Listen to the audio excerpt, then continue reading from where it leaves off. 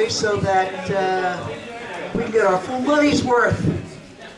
I'd like to introduce Jim Salicrup, editor supreme, editing the paper cuts line of NBMs. No, it's a Separate company now. Once and always. They just share the office space. And maybe a little advertising? Sometimes. And they put out some great books, including my favorite that they published, Tales of the Crypt. From the Crypt. We don't do stories about a crypt. These are stories from a crypt. Anyway, what I do know is that we have three of my favorite artists here. Very sensitive. Jim will introduce anyway. Ladies and gentlemen, here's our moderator for this incredible panel.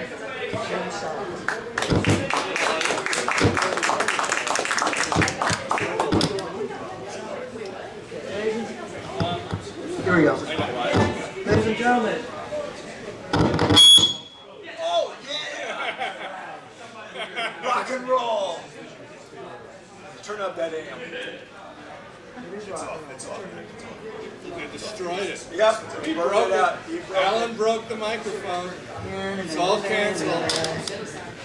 You got on the speech yet? Okay, from my left, your left. Stage right. J.H. Williams III. The things we know most about recently is, of course, Batwoman, which is one of the, if not the hottest new superhero strip of 2009, now 2010. Before that, he did one of my very favorite books, Promethea. Next to him is a legend in my mind, not in his own mind. We're talking about, you know, who let the moderator in?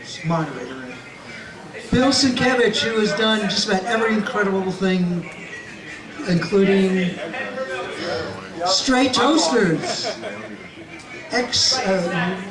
New Mutants, ex-students, my ex-students, they're mutants. No, he taught me how to say it right. And usually I do this much better. And he did big numbers, and currently, what are you working on right now, Bill? You're doing some inking, I know that. Well, that should be part of my contract. Yeah, why not? And he does a lot of commission work, and does covers for books, and he's a real artist here, man. The real thing. And over here, Mike Golden. That's right. And started with the Micronauts and did just about everything else since then. Some Batman, a few Batman things. And Name what I haven't done, that's the test. you've done FF, right? Herbie. I've never done Herbie. Herbie. No, that's not true. I have drawn a Herbie. Commission? No. I did it for Marvel. Not Herbie the robot. Yeah. Herbie. The Fat Fury. No, that one's drawn to blank. I thought you were talking about. Well, he said FF. You said Herbie. No Herbie come lately. And he's done a whole series of prints that Renee Wistatter has been helping him put out. Eva Inc. that have just been stunning. And he also has a new book out about his work, a couple new books within the last couple, 3 new books within the last few years. A few new books, as he quickly backpedals and keeps adding on. Anyway, this is going to be a great panel, and thank God we have somebody who is capable of running a panel here, Mr. Jim Salicrup.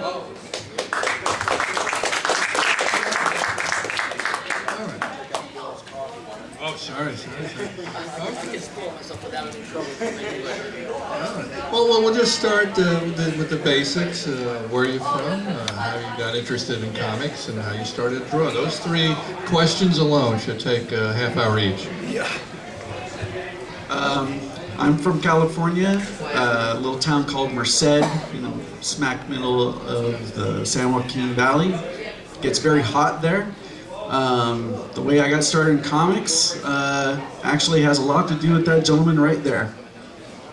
He was the #1 influence on me growing up. He was my first real exposure to comics when I realized that people actually drew them. Before I just, as a kid was like, oh, fun, comics, superheroes, whatever, until I came across the Micronauts, and his artwork was so stunning that I actually realized that there was a credits box. And that's where I got my deep obsession with wanting to be a comic book artist, and just kept pursuing it for many, many years. Couldn't get any work for a long time. Kept going to editors, and lots of editors would say, oh, you need to draw like Jim Lee, or then the next year you need to draw like somebody else or whatever. And every time I would do that, I would come back and they would say, oh, no, we're on to somebody else. And I kind of got a little, it was a little awkward. And so I finally got to a point where I said, I'm just going to draw the way I want to draw.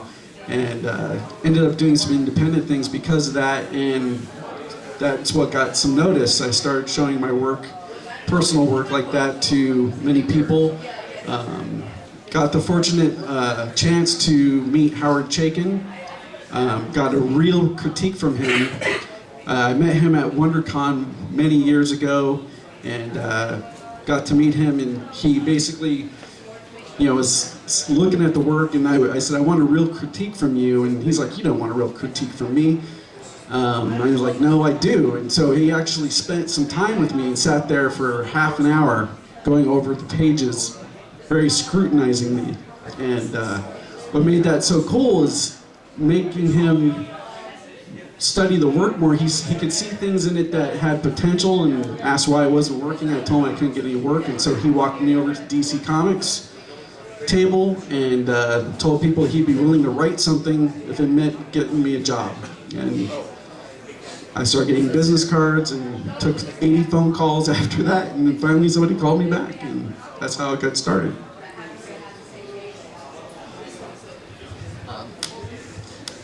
What he said. Let's see. In terms of starting into comics, I always pretty much feel that it's kind of like the Arthur Miller story. I mean, he said that. Where he said that playwriting chose him, he didn't choose playwriting, and I sort of feel that comics chose me.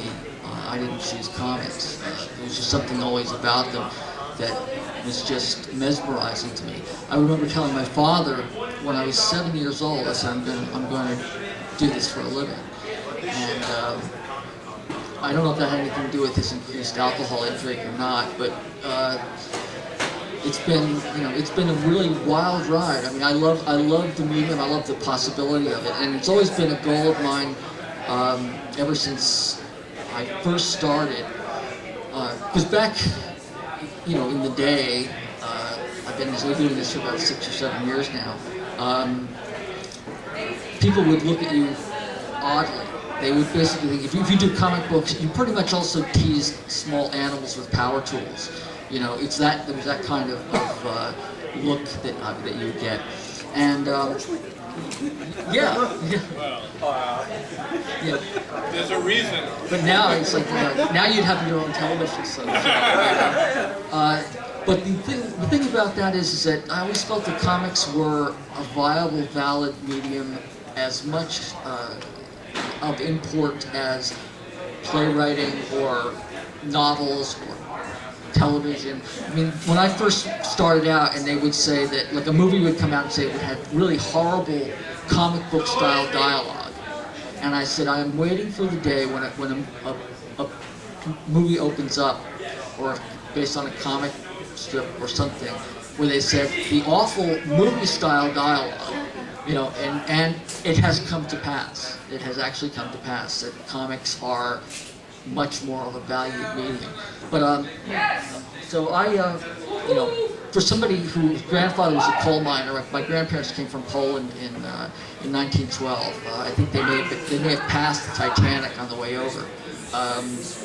But you know, to go from the coal miner's grandson to, you know, to doing Batman and stray toasters and everything else, it's been a pretty wild little trip. So I'll stop right there because you took most of my story. So. Well, I had the same, not that I'm going to answer the question, but you reminded me that I had the same thoughts about, you know, when you devote your life to a specific medium and it's sort of put down, you know, commonly, it's nice to be where we are today, where I remember the first review I read like that was a review of League of Extraordinary Gentlemen, the movie, and it wasn't saying it as a put down, but very sincerely saying the comic was a lot better. That was the headline of that review, and I agreed wholeheartedly. And now for Mr. Golden's epic story. Sorry, folks, I'm going to leave out all the juicy stuff. No, these are all French. You can tell everything. Well, you know, look me up online. You know, the police have got the blotter out.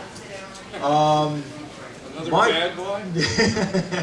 My story in comic books is kind of sideways from everybody else here. I came into You comic didn't books. influence yourself? No. Well, I was under the influence, but I came into comic books by virtue of commercial art, and came back out of comic books by virtue of commercial art. But I've never actually left. I kind of like come back and forth. But segueing into what you two gentlemen just got done saying, I mean, it's over the past, say, generation, the past 20 years, comic books is just as viable of a commercial art form and moneymaker as anything I've ever done in comic books, and that's why I've sort of like come back in a much more active sense in self-publishing and working with Marvel and DC. And more often than not, my commercial work is by virtue of my comic book work, because most of the kids who grew up reading my stuff are now art directors and clients that I work for in commercial art.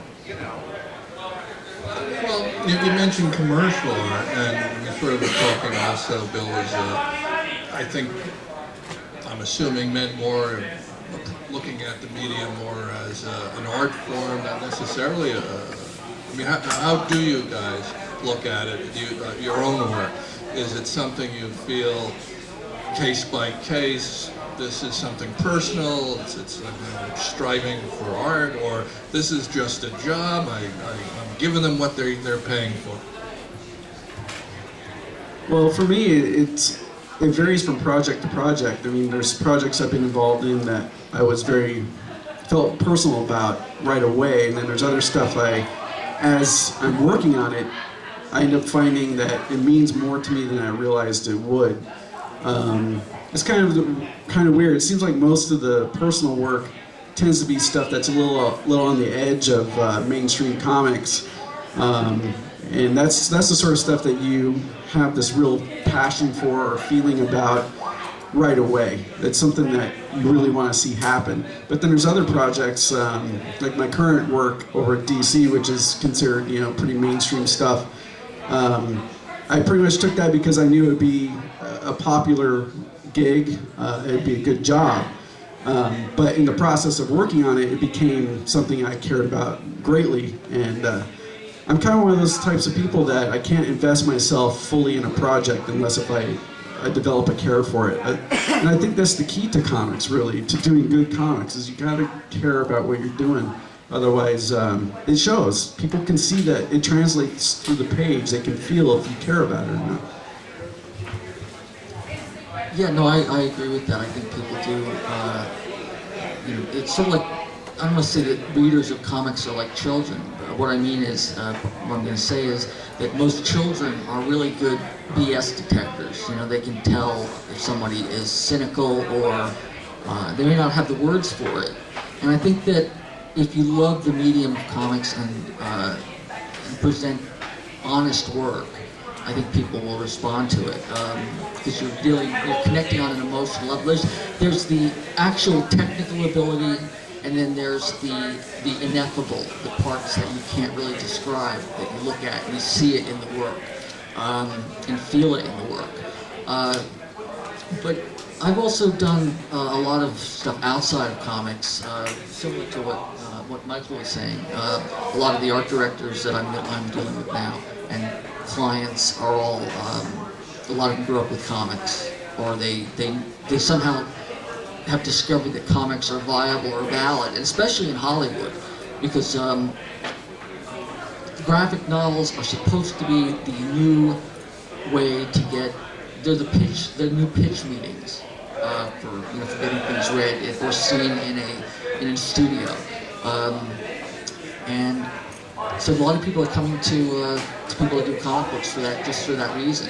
And that's kind of a bass-ackwards way of doing it, because that's very cynical to want to do it for the comic so that they can get a movie made of it. And I always feel that it's got to be a comic first and foremost. When I did Stray Toasters, I did it because I felt like I needed to tell that story.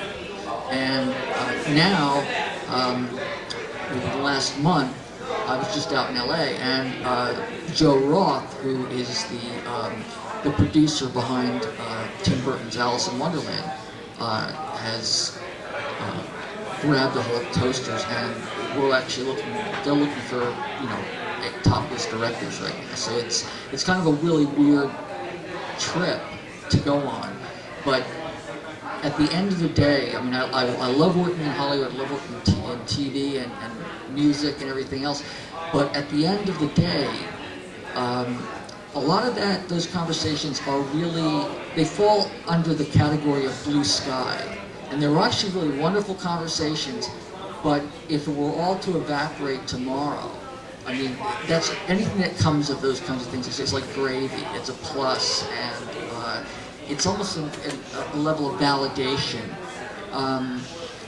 in terms of having the work be something more than, and translate it into other mediums. But again, at the end of the day, what I love about it is that comics is something that you can do that doesn't have to be done by committee. It can be one person or two people believing in what they do and loving it, and it isn't about where is this going to go, what's this going to lead to. It in and of itself, it's its own reward. And a lot of people ask me, like, how do you know if you're an artist or whatever? And my response is usually, if you have to ask, then you're not. And I know that sounds kind of glib, but it really seems to be the truth. Because to do comics and do sequential storytelling, when you could be doing a single illustration for 10 times the amount of money, you have to really just love what you're doing, and love the medium, the viability of it. So that's that's my 1.5 cent input on that. Michael, how do you view comics? Art, commercial, work, personal, just pleasing a client? I would have to say the last one. It's about pleasing the client for me, but then I come from a strictly commercial arts viewpoint. But that's not to say that it's trash. I consider storytelling a craft. And when you are really good at your craft, it naturally segues into some sort of art. I mean, it doesn't matter what kind of craft you're in. I mean, if you're an auto mechanic, there are auto mechanics out there who have just got that feel, who can, blindly tune a car and get it right the first time. So I'm not in any way, shape, or form going to invalidate what I do as I'm there just for the paycheck. But my focus is invariably commercial, and I feel that to be the best at being commercial, you have to be the best at your craft. I'm going to start on this end now, since we started over there twice.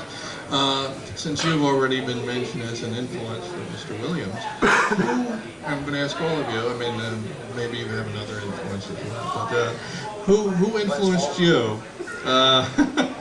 You know, when you were developing your style, and is it something that's a constant thing that you're always seeing other stuff and trying to absorb, or is it very conscious or unconscious, etc., as you develop your craft? Well, that's just it. It's a craft. I don't really consider myself having a style. When I came into this industry, I had a way that I drew, but very quickly that was subjugated to DC telling me I had to draw like Neil Adams. When I went to Marvel, it was I had to draw like Jack Kirby. I learned a lot in both processes because it was all about pleasing the client or they weren't going to give me work. Most of what I've learned in my draftsmanship or even in using the tools that I do, it's been mostly by virtue of my commercial work, and it's been fun to apply it to what I do in comic books, in storytelling. Influences, I used to glibly answer, I have no influences. I was not a comic book fan or a comic book reader before I came into the industry, but that wouldn't be a fair statement because, like I said, when I went to work at DC, I had to learn how to draw like Neil Adams, and I got an appreciation of what the man was capable of and how he did it. Same thing with Jack Kirby. I never liked Jack Kirby's artwork, but I learned what made it work. And now I'm the go-to guy whenever they want somebody to do a Jack Kirby rip. Same thing, during the course of my career, I'd say, no, I don't have any influences, but you know what? I pull in from all sorts of sources. When I'm asked to do somebody's work that was by virtue of a specific style, I will make every effort to incorporate that individual style into the work that I do. I don't ignore it. You know, I don't work in a vacuum, and I'm not egotistical enough that I want to do it my own way. And that's where I'm coming from on it. Right now, I can give you the perfect example, is that I had 3 jobs back to back.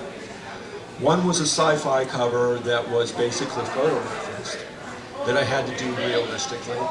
Right behind that was a Mice Templar that I had to look at Mike Oeming's work and figure out what made it work so I could draw Mice Templar. And then right after that, I had to do a Planet of the Apes gig.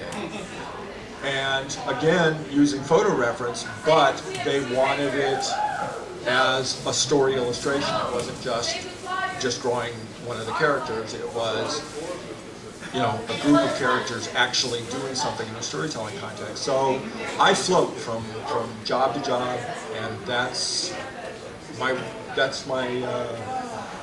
influences.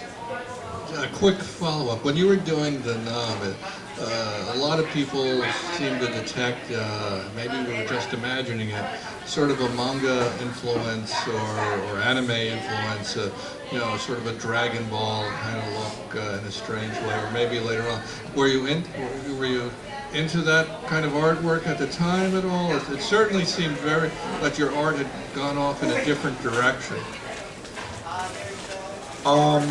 No. Actually, no, I was really into animation for a long time, Disney and Japanese animation. I was collecting Appleseed and Katsuhiro stuff long before it actually even made it over here to New York City. So yes, I was fully aware of it, but you know, that's the first time I've ever considered it in the context of the Nom. I went more with a cartoony or a caricature style of artwork with that. First, because I wanted to offset the particular drama of the Nom, you know, about a war story. I wanted people to actually read the story and not get sucked down into some photorealistic rendering of all of this stuff. Secondly, it was convenient to go in that direction because we were really late on that one. Back to influences. I don't think it's any big secret that I had a major influence in Neil Adams.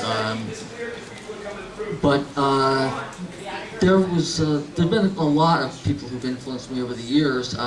Certainly when I was in art school, I became aware of a lot of illustrators, like, you know, Bob Peak.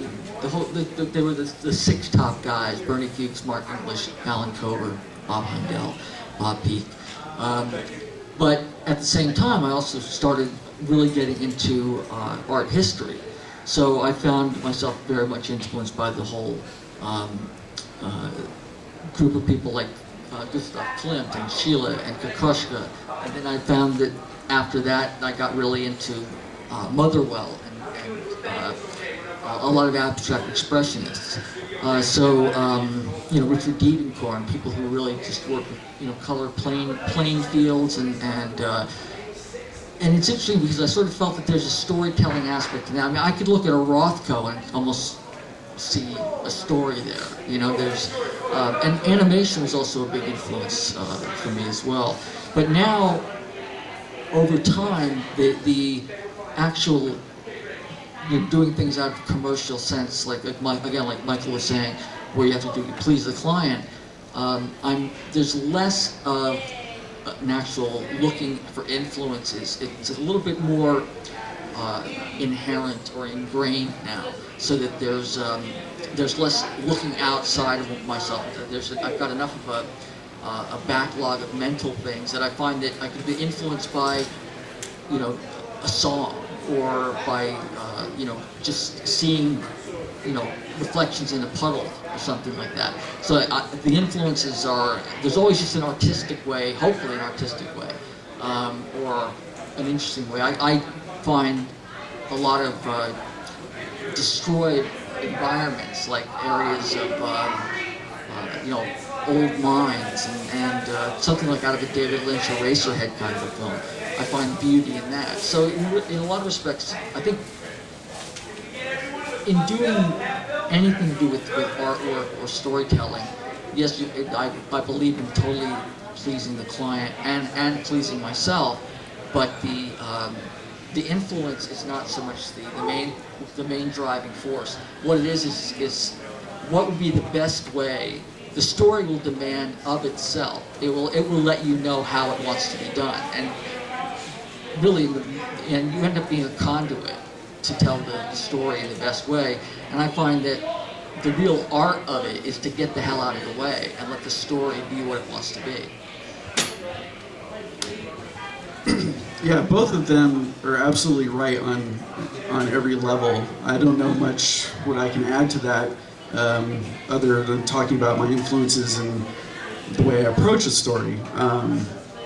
My influences range from all over the place, like these gentlemen here, to film, to, you know, Renaissance painters, to Impressionism, all over the place. And for a long time, I tried to shy away from allowing those influences to show. I think a lot of that had to do with ego, like you were saying, how some people want to do things their own way. And I quickly, well, I wouldn't say quickly, but, you know, over a period of a few years, I realized that, you know, there really isn't anything original anymore. Everything is derivative of some other source. So my goal is to learn from those sources and make those sources in service to the story. The story will dictate to me what it needs to be told, just like he was saying. A lot of times when I read scripts, I see different parts of the story or read between the lines of the psychological aspects that the writer might be trying to get at with his story, and let that tell me what the art needs to do to make that happen. And if that means having something look loose and chunky, or if it means something being really tight and open, no blacks, you know, those influences will come out now, because all these different artists that came before me explored all those things. And so it kind of has it's really interesting for me because I treat the whole thing as a learning process. So, yeah, I mean, it's a whole wide range of things that can happen now. The medium is so wide and versatile more than ever before. And I just really want to explore that and try to bring that out, whatever the story needs, and let the influences show because they're there. It can't be ignored. I actually want to follow up what you said earlier. I love hearing, and I know many stories like this where in some fields you would think everyone's being competitive, there's only finite amount of work, but a lot of times I've seen with creative people, they don't look at it as competition. Everyone is trying to be the best they can be, and when someone sees someone who's talented, like a lot of the best artists never hesitate to help them in some way. I mean, no matter how much of obnoxious guy Mr. Chaikin pretends to be, he's obviously a real softy and willing to take the time to work with someone. And I'm just wondering if you could share some of the specific things he actually told you. Was it about your work or how to approach things, etc.? Well, what was interesting about that conversation, I had two different sets of samples with me. One was this gritty urban setting about a vigilante, and another one was a science fiction thing that was very adult. Neither of these things ever went very far, but when the first thing that he saw of mine was the gritty stuff, and it had weird experimental storytelling, which I've developed over the years even further, but that was being shown to him by the writer. And I showed up at the show the next day, and he's like, "Oh, Howard liked what you did, you gotta go talk to him." And so he was talking to me a little bit about it, and then I said, "Well, I've got these other samples here." And I don't think he was really, I think he was kind of surprised to see someone trying to break into the industry doing something adult-oriented, which I don't know how many of you people out there are familiar with Howard's work, but he kind of likes to dabble with adult themes quite dramatically. But it was a really interesting conversation because, like you said, I knew he had a reputation for being very gruff and, no holds barred kind of guy. But that didn't bother me, and I think he kind of liked that, because he was like, as he went through the pages and, was like, "Oh, well, this panel is shit. Oh, this is great. This is shit. Oh, what were you thinking here? This doesn't make sense to me." But like some of the weird storytelling stuff that I was trying to dabble with, I had answers for him. And I just didn't make arbitrary decisions. Exactly. He saw that I thought I was thinking about the art more than just making it look pretty. And he just said, "Yeah, we definitely need to do something for you." So. A quick follow-up to you, Bill. You mentioned it's no secret that Neil Adams was a big influence. Did you ever have a conversation with him about that? Yeah, I think at some point we had a kind of a dueling banjos kind of thing going on in terms of winks and nods, through covers here and there with each other. But it's actually been very interesting because I got more heat from the fan press. Briefly, when I was growing up, I grew up in a very, very rural area, farmland, and drew comics. There weren't a lot of people around who drew comics or who read comics, so I was kind of in a vacuum. When I hated Neil's work at first. I was a big Kurt Swan fan, and Carmine Infantino on The Flash.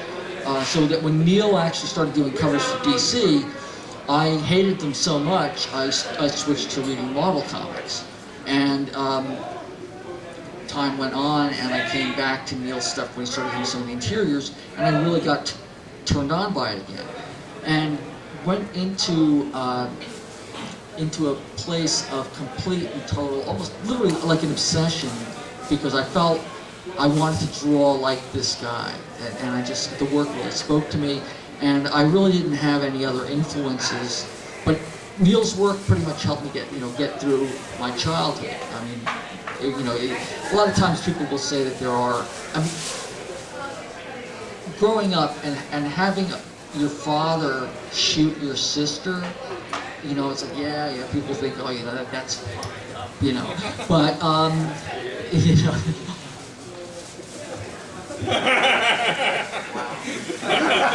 You were supposed to shoot yourself. So, those kinds of things, when you are dealing with reality that's kind of pretty hardcore, that the idea of being able to sit down and create a world on paper that you're in control of, that you can draw characters doing certain things as an escape, I escaped into comics and escaped into Neil's work.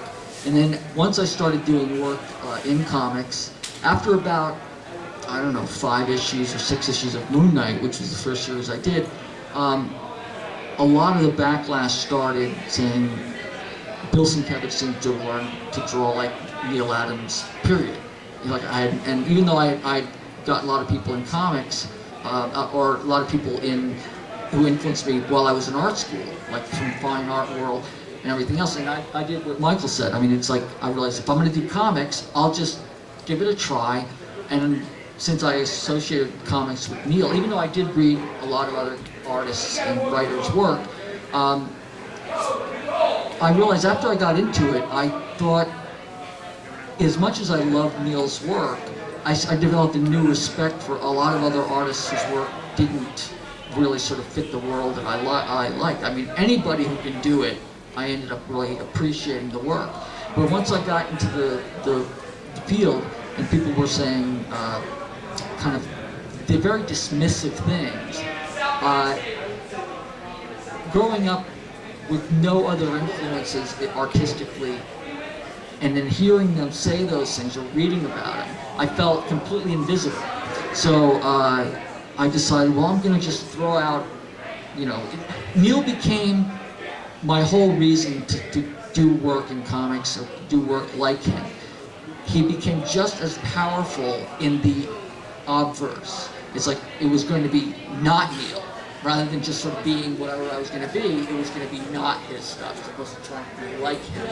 So, I pretty much just started like stylistically hoard around, pardon the expression, and really sort of let go and try just anything. And I used to think that guys like Gil Kane did comics, or John Buscema did comics, or any number of people did comics, and I realized that if it had the Marvel logo on it, and it had the little corner symbol that I actually had drawn at Moon Knight or whatever, and that if they printed it and they published it and people bought it, that whatever I did on the inside, if it was published, and de facto, in my twisted thinking, became a valid way to do comics because it was published.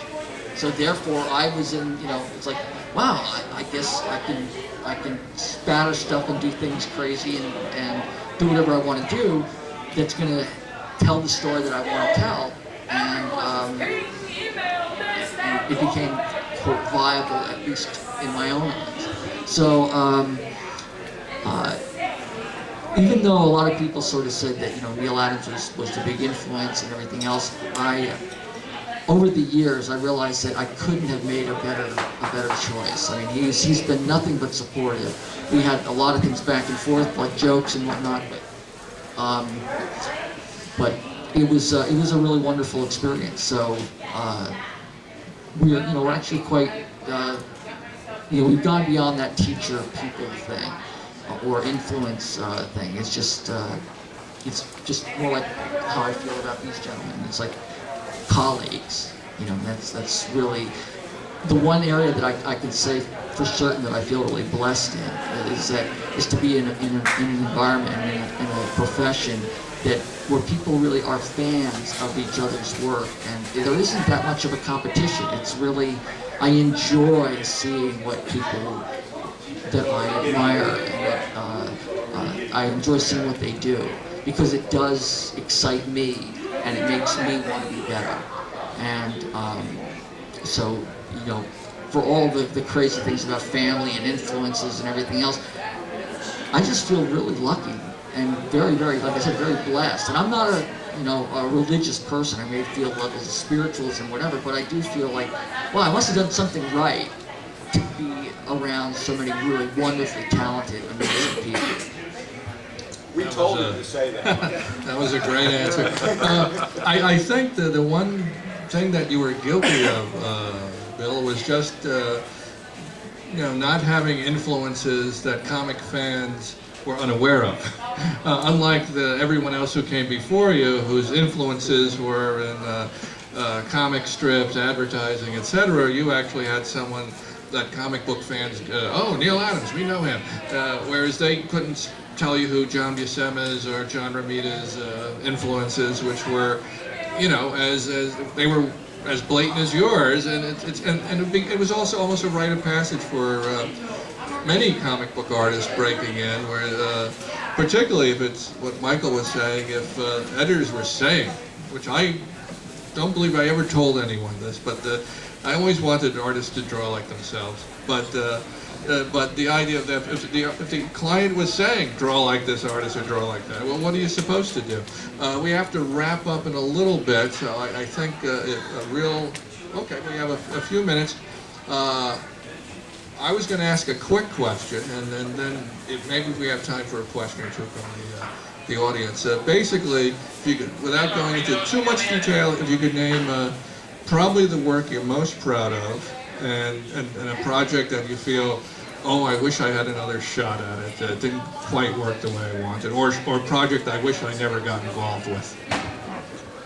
Sorry, nope. Okay, Bill. Oh man, this is really winding up the time.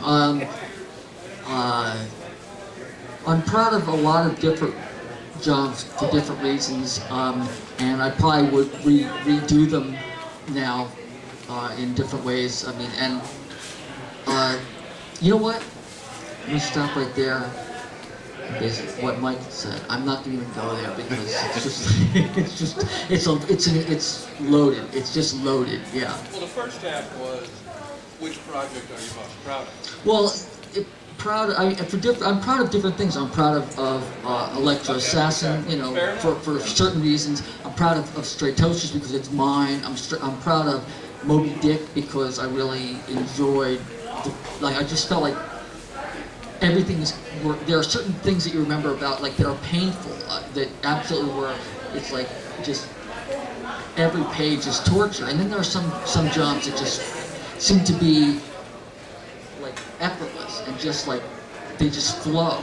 And Moby Dick was one of those jobs. From start to finish, it was like a magic time period, just came out.